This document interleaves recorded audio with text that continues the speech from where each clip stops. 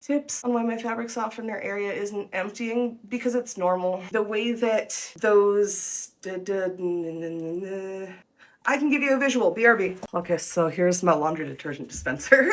On mine, I don't have, like, some of them will have holes that just go straight through to the back and it flushes through. But the liquid detergent one is a really good example of one of those compartments that empties via siphoning. So water comes down into this. The way that it gets out through the bottom is not by these holes specifically. I mean, it is by those holes. It's not like, it doesn't just empty straight in. You can see there's a little thing in here. We're gonna take this out so I can show you.